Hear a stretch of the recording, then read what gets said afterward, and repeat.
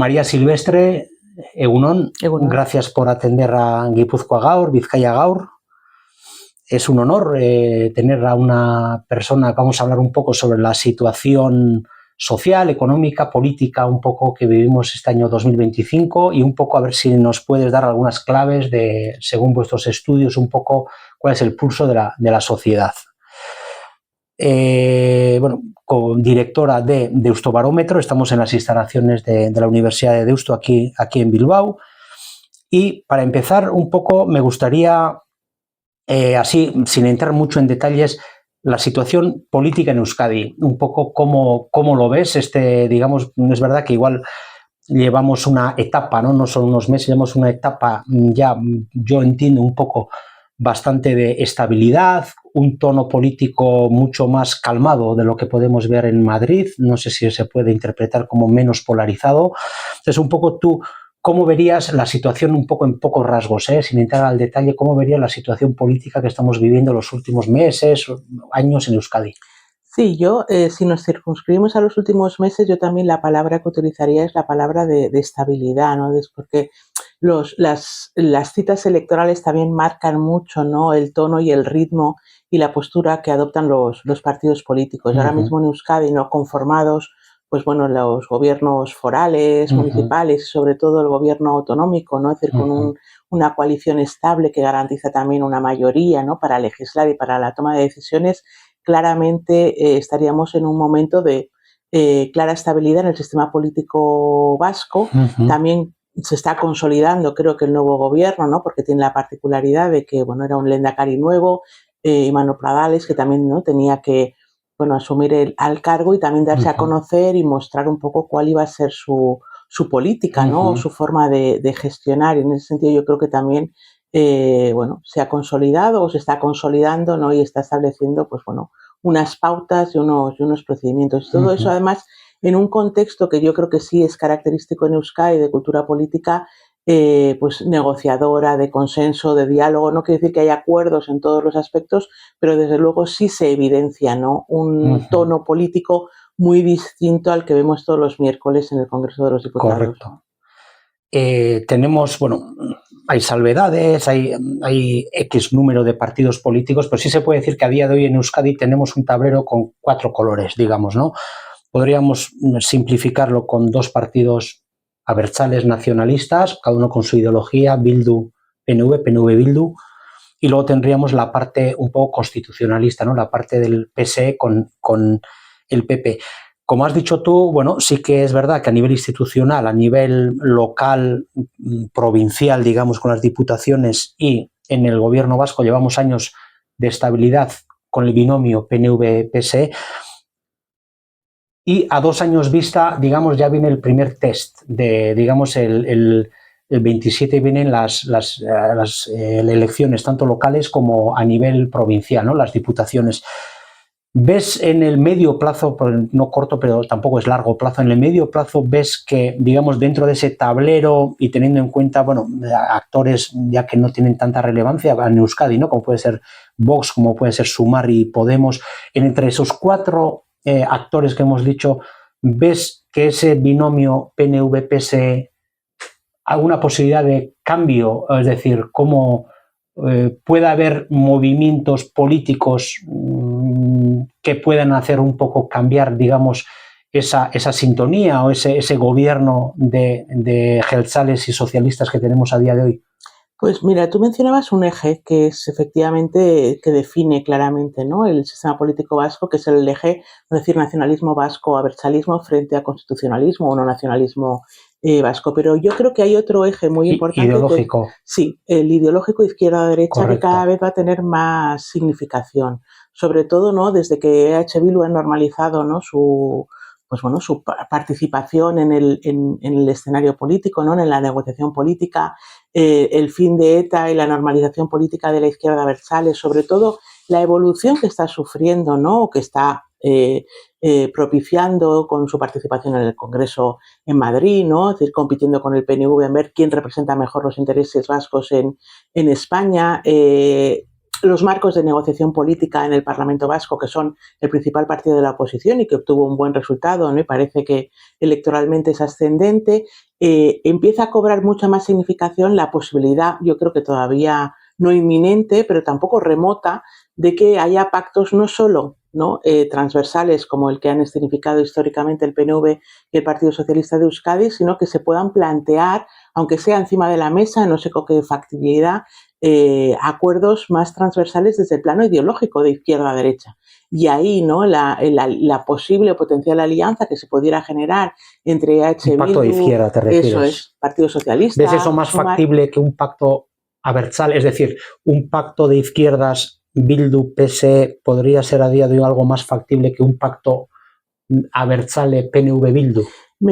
A día de hoy me parecen los dos bastante complicados. Pero en el corto medio plazo, un pacto en las izquierdas creo que sería factible.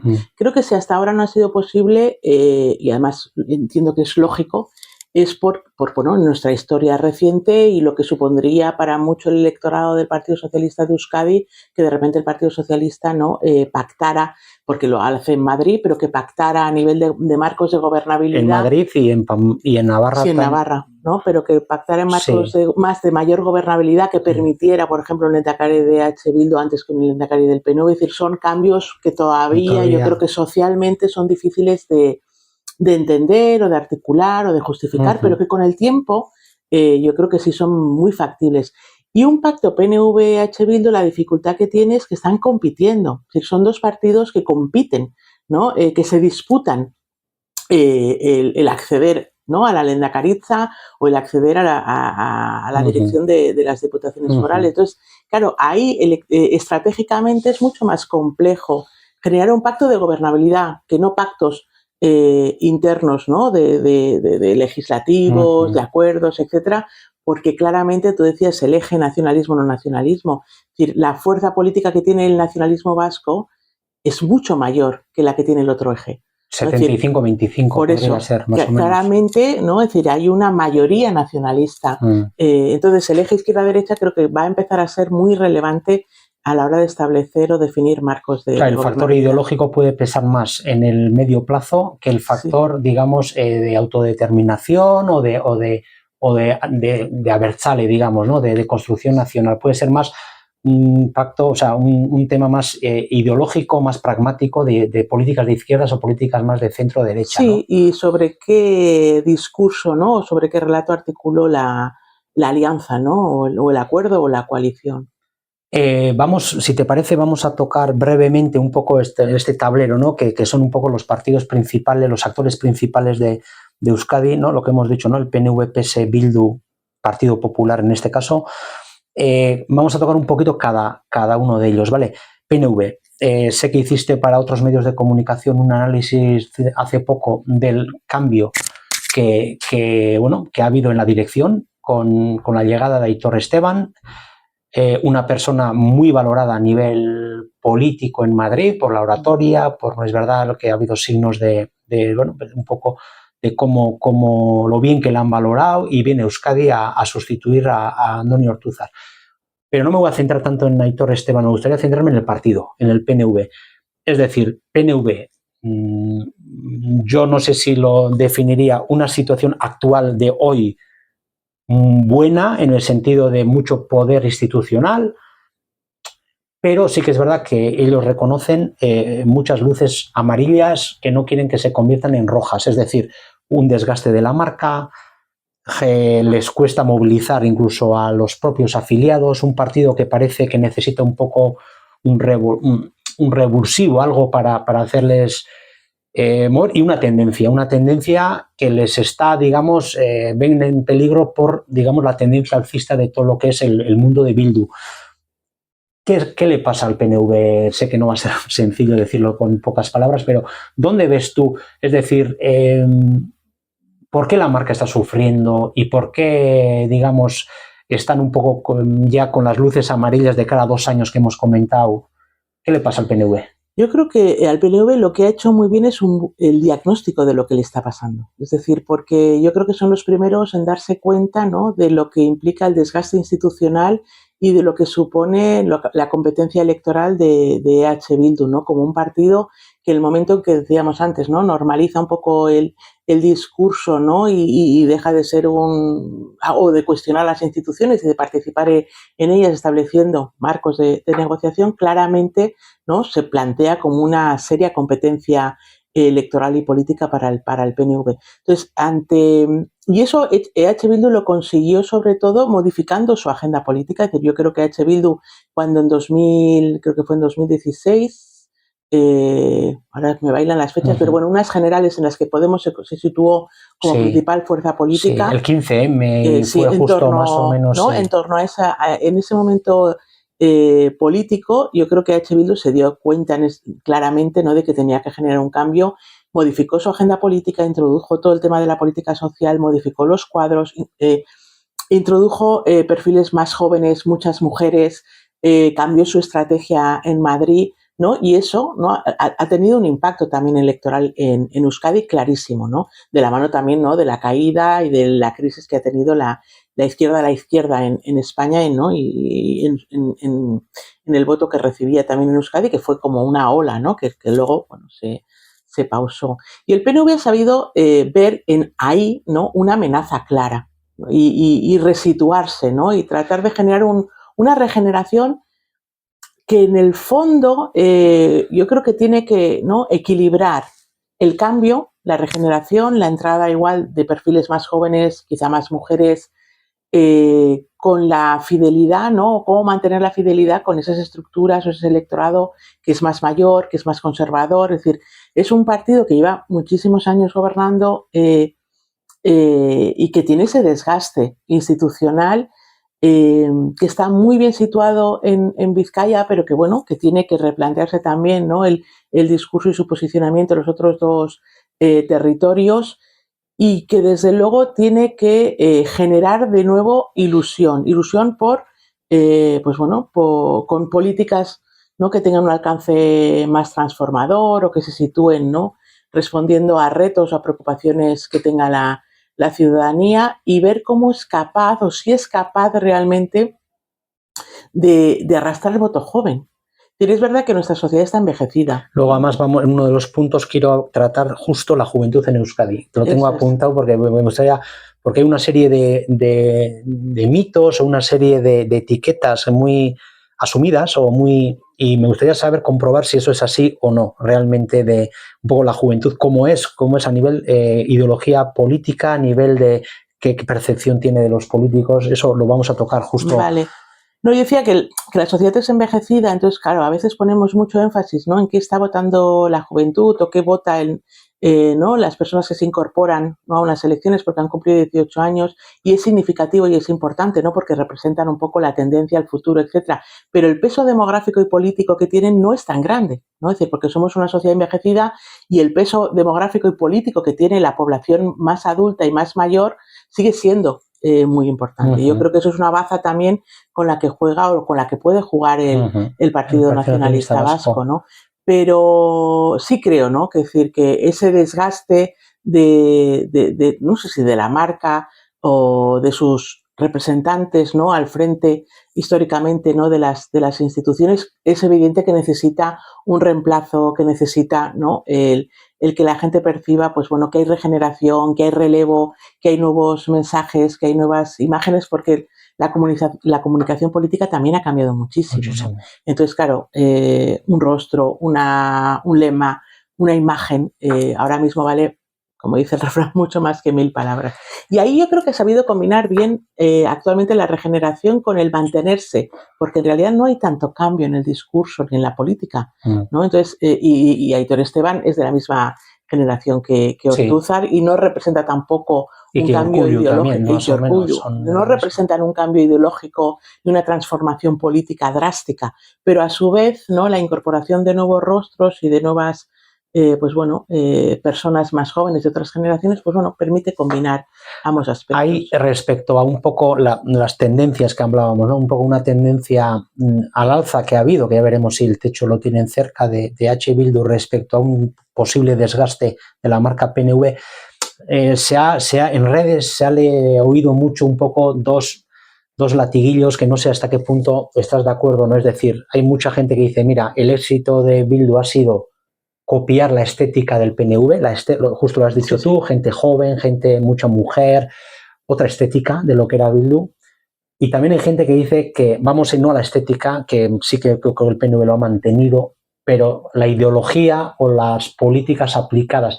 Dice el PNV se ha escorado un poco demasiado a lo que es las posturas, digamos, de, bueno, pues más de centro-izquierda, y es lo que le ha pasado un poco de factura. Es decir, tú con estas dos afirmaciones de Bildu ha copiado la estética PNV para poder crecer y el PNV aplica políticas, ideologías un poco más tirando al centro-izquierda, y eso le ha llevado a un cierto desgaste. Con eso así, a bote pronto, ¿estás de acuerdo? Yo creo que Bildu la estética del PNV no la ha copiado. Ha copiado o ha querido ¿no? presentarse como la alternativa en la representación de los intereses ¿no? de Euskadi o del nacionalismo, no tanto aquí, sino fuera. ¿no? Y yo creo que eso sí lo ha conseguido. Y con respecto a si el PNV se ha escorado demasiado hacia el centro-izquierda, si vemos los datos del Deustobarómetro, si vemos la autoubicación ideológica que hace la gente, ¿no? Incluso la gente del PNV. En los dos ejes, la gente en Euskadi es progresista, es decir, es más de centro-izquierda que de centro-derecha, y es más nacionalista vasco que no nacionalista o que nacionalista española. Entonces, el votante medio, vamos a decir, ¿no? y la percepción más generalizada en Euskadi es progresismo y nacionalismo vasco. Entonces, el PNV no está lejos del posicionamiento, vamos a decir, promedio de la ciudadanía. De hecho, estaría más escorado hacia la derecha de lo que lo está la sociedad. Entonces, a mí cuando, por ejemplo, cuando durante el pacto fiscal, ¿no? que se está haciendo, parecía que el PNV con Sumar, ¿no? Con Podemos correcto. En las diputaciones y con el Partido Socialista, y parecía que el PNV tenía que salir a defender que el pacto no era de izquierdas, ¿no? Yo no veo la razón para tener que justificarse en ese sentido. Creo que habría sido mejor que el PNV adoptara los elementos del marco de la negociación y los hiciera propio y supiera ¿no? convencer y explicar por qué esos elementos del pacto fiscal eran buenos y los estaba apoyando también el PNV. Correcto. Porque a la derecha del PNV poco, es decir, el Partido Popular y Vox, ¿vale? Son un espacio político, es un espacio claramente de competencia, ¿no? Es decir, porque hay puede haber un claro trasvase de votos. El PNV tiene que mantener una postura mucho más transversal y más centrada. Pero en este centrarse tanto en el centro derecha como es el centro, es decir, y la ciudadanía, la sociedad vasca es más progresista que conservadora, por lo menos ideológicamente o como cuando contesta a las encuestas, ¿no? Hemos hablado ya de Bildu, un poco, tampoco vamos a ahondar mucho más en Bildu, pero sí te voy a hacer una pregunta. Bueno, una de las razones del crecimiento de Bildu parece clara, que es, bueno, haber absorbido todo lo que es la parte izquierda del PSE, digamos, ¿no? La parte de Sumar Podemos, que ha adelgazado muchísimo en Euskadi. ¿Qué margen es decir, dónde tiene el techo? Porque ya, digamos, en la mesa ya hay, ya las barreras están muy marcadas, ¿no? Es decir, Bildu, cogerle al PNV no parece sencillo, el PSE también es otro mundo, es otra ideología, no tan basada en lo que es el tema nacional, el tema abertzale. PP es otro polo opuesto totalmente. Es decir, Bildu está cerca de poder tocar techo una vez que ha absorbido ese voto, digamos, ya muy de izquierda que era Podemos y Sumar. ¿Cómo lo ves? Claro, es que esos son vasos comunicantes. Al final, y depende mucho también de las convocatorias electorales. Es decir, claramente cuando analizamos, ¿no? el mapa político después de unas municipales, EH Bildu tiene mucho poder municipal. ¿no? Es decir, en Guipúzcoa es mayoritario. ¿no? Y hay muchos partidos también en Vizcaya, sobre todo en la zona de la costa y demás, donde hay dos únicas opciones en unas elecciones municipales. O votas al PNV o votas EH Bildu. Es decir, no hay otras opciones con posibilidad real, ¿no? de acceder a la alcaldía, y ahí suele haber alternancia. Entonces, en ese marco de la municipalidad sí puede haber, ¿no?, todavía cierto margen de crecimiento, pero para ambas opciones políticas, porque en muchos casos es un claro bipartidismo, ¿no? Y entonces depende mucho, ¿no?, de cómo se posicionan en el ámbito municipal. Si vamos ya al plano más autonómico, Sí. o al plano de las diputaciones Sobre forales, todo te preguntaba por el autonómico. en el autonómico, claro, dependerá mucho de la capacidad que tengan los otros partidos de recolocarse. Si seguimos con una clara crisis, ¿no?, de lo que es la izquierda, ¿no?, tanto de Podemos como de Sumar, claramente quien más rédito electoral obtiene de esa crisis es EH Bildu. Entonces, es verdad que en las últimas elecciones autonómicas ya casi tocaron, ¿no?, suelo, obtuvieron muy malos resultados, pero no sabemos cuál va a ser la evolución de esas opciones políticas. Y luego está la competencia directa PNV-EH Bildu, ¿no? ¿Qué capacidad tiene el PNV precisamente de responder a esa evolución de EH Bildu? Entonces ahí yo creo que, como tú bien decías, ahora mismo parece que cada uno está ocupando su espacio, ¿no? Y que es difícil prever cambios. Que la absorción fácil no es nada, pero la absorción más fácil, digamos, o menos difícil, cuando una vez que lo tienes hecho cierto votante, luego ya, digamos, los bloques igual son más sólidos, pero habría que ver, por ejemplo, cuál es el perfil del abstencionista, es decir, quién no ha votado, por qué no ha votado, ¿no?, qué razones les han llevado, ¿no?, no el que es más técnico, sino aquella persona que de forma consciente no decide no ir a votar, ¿no? Es decir, qué perfil tiene, a quién apoyaría en el caso de sí ir a votar. Entonces, ahí es donde se pueden jugar las diferencias. Dos pinceladas para acabar. Hemos hablado del PNV, de Aitor, tiene Aitor Esteban, tiene 2 años por delante para el test importante, a ver un poco cómo evoluciona. Hemos hablado de Bildu, que está un poco con el viento a favor. Vamos a hablar un poco de la parte del Partido Socialista y de la parte del Partido Popular. Partido Socialista, bueno, lo que hemos dicho, un poco la clave, es decir... Perdona, yo antes de pasar al Partido Socialista, Partido Popular, hemos hablado mucho de Bildu, es verdad, pero sí creo que hay que mencionar una losa que todavía tiene Bildu y que no ha...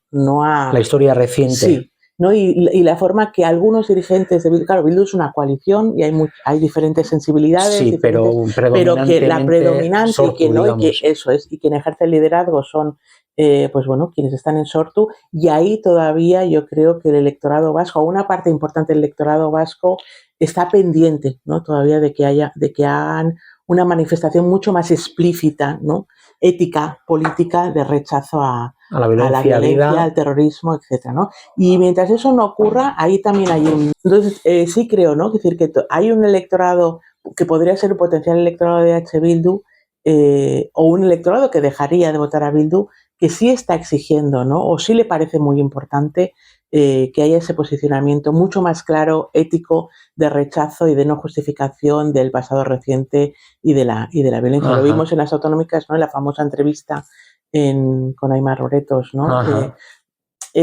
Yo creo que ahí sí. Justo era preelectoral. Eso era preelectoral. Correcto. Entonces ahí sí creo que H. Bildu tiene todavía un tema pendiente, ¿no? Tema pendiente. Un poco dos pinceladas un poco de Partido Socialista de Euskadi y el Partido Popular. Partido Socialista de Euskadi parece, y sobre todo en los años de mandato de Ortúzar y Eneko Andueza, bueno, sí que han establecido una relación de confianza. Los dos partidos están en la mayoría de las instituciones más importantes. Pero bueno, pero sí que un poco, digamos, con una situación, veremos en 2 años qué pasa, pero una situación, lo que he dicho antes, ¿no?, con muchas luces amarillas alrededor. ¿Cómo ves lo que decimos? La clave va a ser un poco lo que decíamos antes, ¿no?, las alianzas, pero luego entran muchos factores, ¿no? En Madrid también, a día de hoy, tal y como está conformado lo que es el Parlamento, necesita Pedro Sánchez tanto del PNV como de Bildu. Bildu tiene un plus de fuerza en Navarra que igual carece a día de hoy el PNV, que igual en sus estrategias estará tener una marca fuerte o más fuerte de la actual en Navarra.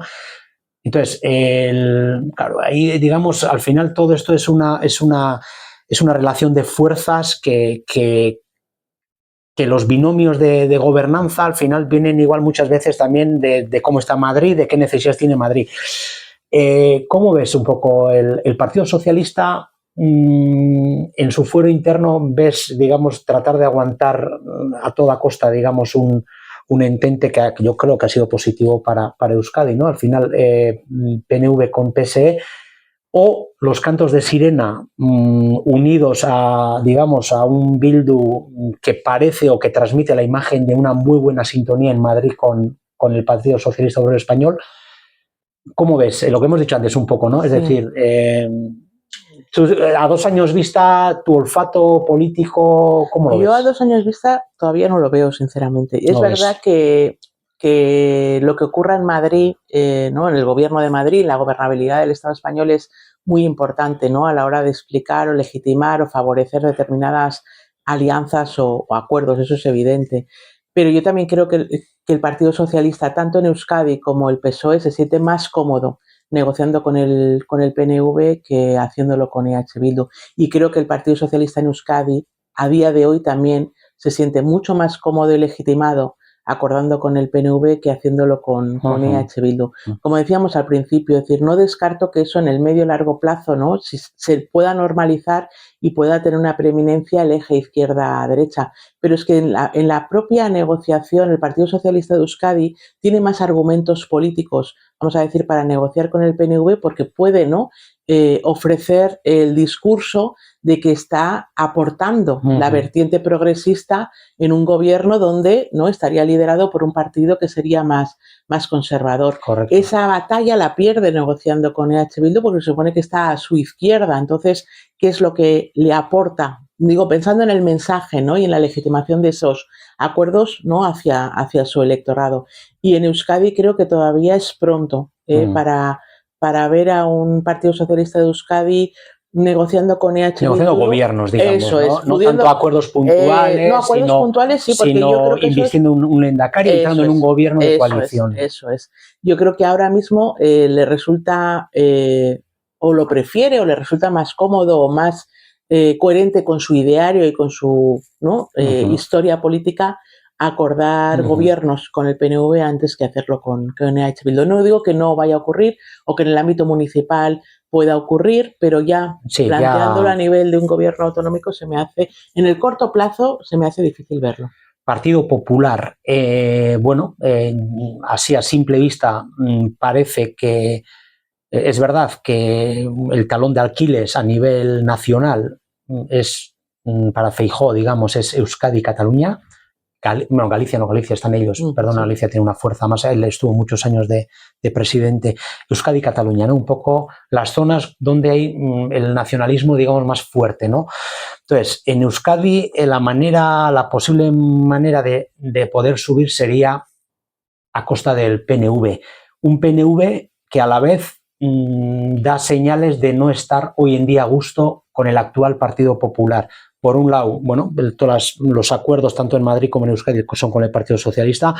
Es cierto que tras 40 o más años de incumplimiento de un estatuto, están logrando, con un calendario ya acordado, cerrar ese estatuto, traer las transferencias que faltan. Habrá alguna que costará, tipo bueno, la gestión de la seguridad social, etcétera. Pero bueno, sí que es, de cara al PNV, sí que es un logro el poder vender a la sociedad vasca. Yo he cumplido el estatuto después de 40 años. ¿Cómo ves? Es decir, el margen de crecimiento del Partido Popular en Euskadi es pequeño, es decir, no ves un posible trasvase de votos del PNV hacia, digamos, ese voto muy conservador, muy de derechas, digamos, ¿no? Que la hay como en todos los lados, hacia el Partido Popular. Un Vox que está desaparecido, entre otras cosas, yo creo, porque la sociedad vasca también, digamos, si está mayoritariamente a favor del autogobierno, el único partido que claramente está en contra o está de recentralizar es Vox, entonces digamos que ese discurso no está calando de momento en Euskadi.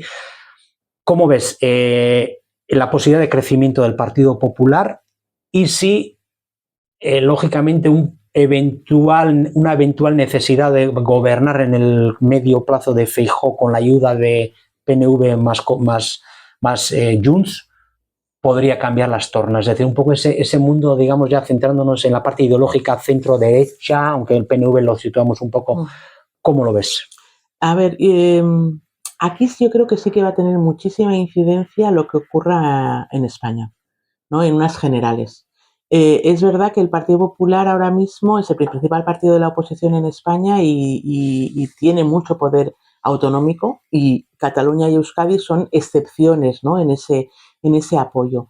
Y si nos situamos en Euskadi, es decir, ¿qué dificultades tiene el Partido Popular para crecer? Una, lo decías tú claramente, es decir, ese sentir de la derecha extrema que podría representar Vox o que podría representar un Partido Popular muy radical no existe, ¿no? O tiene poco predicamento, no hay muchos votantes, ¿no?, en Euskadi que se sitúen en ese plano político e ideológico. Pero es verdad que el Partido Popular en unas elecciones, por ejemplo, generales en Euskadi o en unas autonómicas en Euskadi, no solo compite con el Partido Nacionalista Vasco, porque también juega el otro eje nacionalismo no nacionalista. Y hay gente que no es nacionalista vasca, igual se afirma, no, y se afirma nacionalista española o le prevalece el sentimiento nacional español, que les da igual votar PSOE o PP en unas generales aquí en Euskadi, sí, o en unas autonómicas, cosa que no pasa, sí, en otras partes de España, porque, ¿no? Es decir, o votas al PP o votas al PSOE, es decir, son como dos partidos antagónicos, ¿no?, que se oponen mutuamente. Pero en comunidades autónomas como Euskadi o como Cataluña, donde el sentimiento nacionalista es muy fuerte como eje que explica también el comportamiento político, ahí también el PP tiene posibilidad de crecer, quitándole votos al Partido Socialista de personas que sientan, ¿no?, que Pedro Sánchez está traicionando al país, pactando, ¿no?, con los nacionalismos, con los soberanismos y demás. Y luego internamente también le puede, ¿no?, quitar votos al PNV entre aquellos votantes más liberales, conservadores, ¿no?, que echan en falta que el PNV, ¿no?, se posicione más en el centro derecha que tú comentabas antes. Entonces, por ahí sí creo que el Partido Popular podría tener cierto margen de crecimiento en Euskadi, dependiendo mucho de cuál fuera el contexto político en España. Aún así, creo que va a seguir siendo un partido minoritario, es decir, que no va a crecer tanto como había crecido en otras épocas, ¿no? Es decir, porque al Partido Popular le ha costado y le está costando mucho en Euskadi reformular su discurso político una vez que el terrorismo desaparece, ¿no? Y ahí yo creo que están teniendo dificultades de encontrar un discurso político que conecte con un potencial electoral. Como hemos dicho antes, vamos a ya un poco olvidarnos de lo que son colores políticos y ver un poco de la fragmentación. Un poco me interesa por edad, es decir, la juventud. Te voy a hacer una pregunta. Bueno, yo creo que soplan vientos de cambio en el mundo a nivel de, bueno, no tiene más que ver un poco Estados Unidos, Trump, Alemania recientemente. Mi pregunta es, lo que parece que está pasando a nivel mundial, es decir, y la última prueba yo creo que pueden ser las elecciones alemanas pasadas, que están subiendo los polos opuestos, es decir, los extremos. En Alemania, si no me equivoco, si no, corrígeme, la AfD, extrema derecha, tuvo muy buenos resultados. Hay encuestas ahora que le están dando como principal partido de Alemania estas semanas, después de la coalición de CDU con los socialdemócratas. Por un lado tenemos también, creo que no me acuerdo del partido exactamente, pero la extrema izquierda también tuvo muy buenos resultados en Alemania. Sí, en Euskadi, es decir, lo que parece que un centro político de no ir a los extremos, un centro parece que está perdiendo punch electoral en, bueno, pues no sé si decir en Estados Unidos, en parte de Europa, con la extrema derecha subiendo en Francia, subiendo en Alemania, extrema izquierda también con buenos resultados recientemente en Alemania. En Euskadi sigue siendo rentable, entiéndeme el concepto, electoralmente el centro sigue vendiendo como vendía antes, o ya las nuevas generaciones están, entre comillas, oye, a mí dame una ideología clara, sea de derecha o sea de izquierda, y el centro no les atrae tanto. A ver, yo en Euskadi, sinceramente, no veo tanto el riesgo de que de repente se pueda imponer un partido con un discurso populista como los que estamos viendo en Alemania, en Francia, o en otras partes de Europa, incluso el populismo del propio Trump. Pero sí es cierto que hay una desafección política. A eso iba. Y falta de confianza en las instituciones. Y eso sí es un problema para el sistema democrático y para el sistema político en sí mismo, y ahí tienen mucha responsabilidad los partidos políticos, porque al final son quienes representan la esencia, ¿no?, de la democracia, y son el canal de representación y de participación política. Entonces, si no somos capaces de generar marcos de afección política que consoliden nuestras instituciones democráticas, sí estaríamos en riesgo, ¿no?, de que cada vez pudieran cobrar más fuerza y pudieran tener más apoyos discursos extremadamente populistas que venden falsedades, que establecen promesas que no se pueden cumplir. Lo tenemos ahora mismo. Trump es un claro ejemplo, ¿no?, de pretender gestionar el país con decisión y pulso, y estar generando, pues bueno, un desorden internacional y un caos económico, porque realmente no tienen las recetas para resolver los problemas reales que tiene la ciudadanía. ¿La desafección por qué viene? Pues la desafección viene, yo creo, por varias razones, ¿no? Hay un colega mío, Jesús Casquete, tiene una teoría, ¿no?, sobre la teoría de la aceleración y de la modernidad tardía y el crecimiento de los populismos, ¿no? Las democracias necesitan otros ritmos, unos ritmos más pausados, ¿no?, porque necesitan de contrapoderes para garantizar, ¿no?, la toma de decisiones justa. Y nuestro mundo va muy rápido económicamente, va muy rápido mediáticamente, y la gente vive sensaciones de incertidumbre, la sociedad líquida de la que hablaba Bauman, ¿no? Entonces, esa incertidumbre genera muchos miedos, y mucha gente siente, ¿no?, que esas proclamas populistas van a resolver sus problemas, proclamas que se basan en falsedades, que se basan, ¿no?, en la idea de crear, ¿no?, que el pueblo es homogéneo, unitario, que lo representa, que hay un enemigo en las élites. Todo ese discurso también ha ido acalando. Pero claro, no ayuda a nada, como decíamos antes, ver a los políticos pelearse en el Congreso de los Diputados cada miércoles, ¿no? Y no escenificar acuerdos y negociaciones que vayan en bien, ¿no?, de la ciudadanía y de su bienestar. Eso genera muchísima desafección. La comunicación política ha cambiado, vamos a golpe de imagen, de lema, de spot, y ahí tenemos que hacer, yo creo que como sociedad y como clase política, hay que hacer un serio esfuerzo por regenerar las instituciones y el mensaje. Ayer justo en 4 a la noche hubo un programa, vino un experto en comunicación y justo decía las palabras que has dicho tú. Ah, sí, mira, no lo vi. Exactamente, ayer, el nombre te pasaré luego quién es un experto a nivel nacional, y decía justo eso, que antes se sentaba diferentes ideologías para ver cómo solucionar un tema, y que hoy en día al final son eslóganes muchas veces para las redes, que no se entra a lo que es exactamente lo que has dicho tú. La juventud vasca, lo que te decía antes al principio de la entrevista, ¿no? Hay un poco una serie de etiquetas que suele ser, bueno, el joven normalmente es más de izquierdas, según va creciendo la vida, bueno, responsabilidades, se va convirtiendo más conservador, etcétera. Sí que es verdad que, bueno, vosotros tenéis los datos, pero la sensación que transmiten los medios de comunicación es que cada vez más a los partidos políticos les cuesta conectar con los jóvenes, cada vez más, de todo tipo de partidos políticos. ¿Cómo es la juventud vasca? Es decir, de 16, aunque voten con 18, de 16 a 22, mayoritariamente no creen en la política, son abstencionistas. ¿Cómo lo ves? A ver, yo creo que cuando hablamos de la juventud tenemos que incorporar también la mirada de la diversidad. Es decir, no existe un prototipo de persona joven. Es decir, las nuevas generaciones son diversas, son plurales, como lo hemos sido las generaciones de personas adultas, ¿no?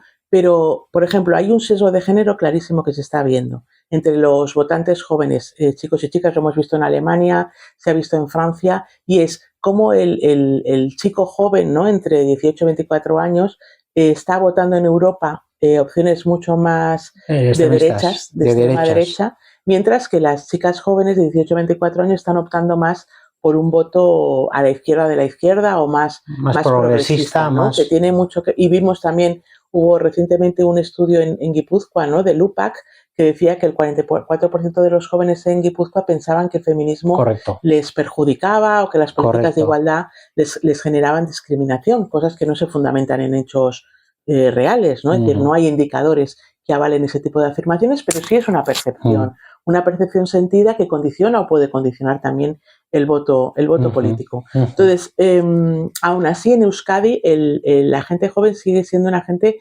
que mayoritariamente vota opciones progresistas, Ujú, progresistas a la izquierda y que ujú, también es nacionalista vasca, es ujú, decir, y que, bueno, que se mueve en ese escenario político. ujú, Pero es cierto que la gente joven también vive una fortísima desafección y muchas veces un gran desconocimiento, ¿no? De cuáles son las opciones políticas, de cuando un chico o una chica a los 18 años en Euskadi, pero yo creo que se podría generalizar, tiene que ir a votar, una gran mayoría no sabe a quién votar, porque no sabe siquiera cuáles son los idearios, las personas que representan, ¿no? Es decir, y hay mucho desconocimiento derivado de esa desafección. Hay poca militancia, poco asociacionismo, poca participación política en general. Luego hay mucho activismo, por ejemplo, en redes sociales. También ujú, tenemos que ver dónde y cómo está ujú, participando la gente joven, que ujú, lo suele hacer muchas veces en otros espacios, con ujú, otros lenguajes, con ujú. otros códigos, ¿no? Entonces eso también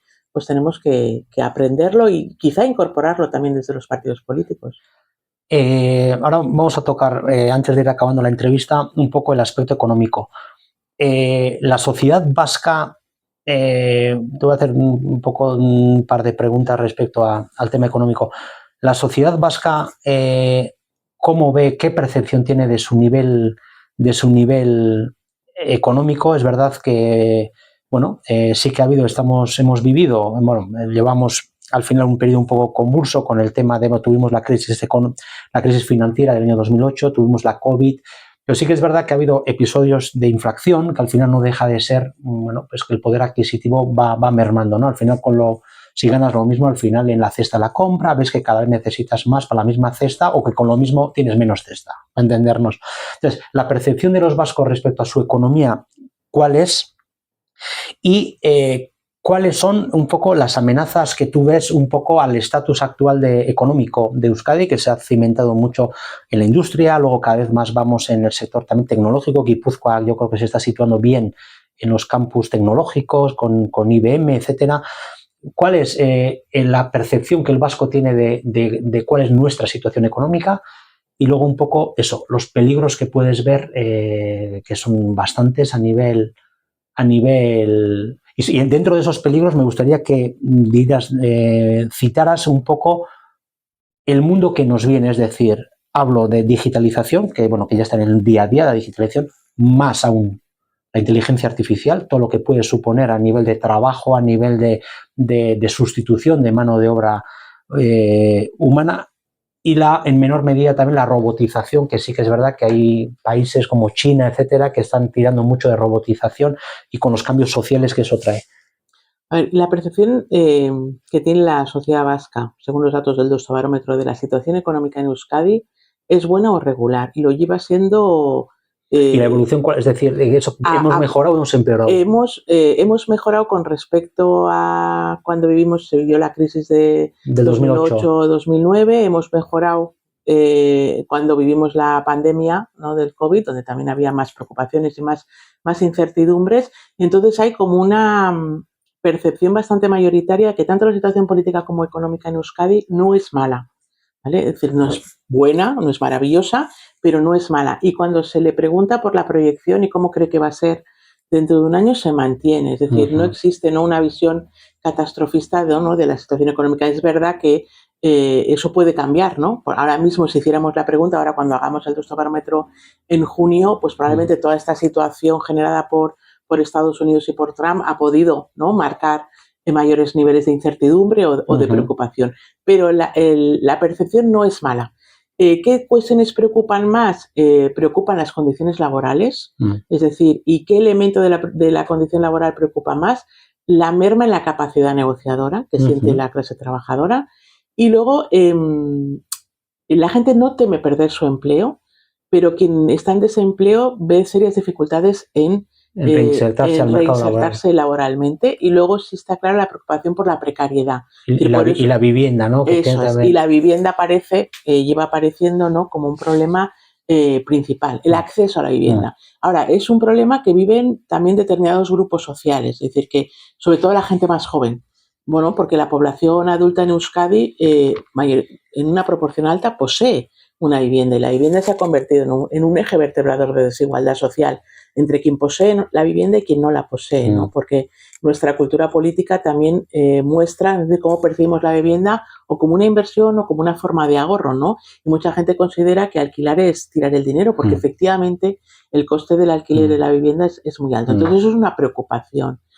De cara a lo que es el futuro, ¿no?, económico de Euskadi, claramente los cambios que están aconteciendo son drásticos, lo estamos viendo ahora, ¿no? Es decir, la amenaza de los aranceles, pero sobre todo, es decir, ¿va a ser capaz Euskadi, ¿no?, de regenerarse industrialmente, ¿no?, de adoptar todos los temas de digitalización, robotización, nuevas industrias, nuevos nichos de mercado, y a su vez ser capaz de ser en cierta medida autosuficiente, ¿no? Porque uno de los, yo creo, de los aprendizajes que nos dejó el COVID es que la dependencia excesiva de otros mercados también es muy perjudicial. Entonces, tenemos que combinar, ¿no?, la autosuficiencia con la incorporación de nuevos nichos de empleo, de nuevos nichos industriales, porque no podemos ser únicamente una comunidad de servicios, o no podemos sostenernos únicamente, ¿no?, en el turismo, que es verdad que ha tenido un impacto creciente, pero que también atenta, ¿no? Pues genera problemas de sostenibilidad,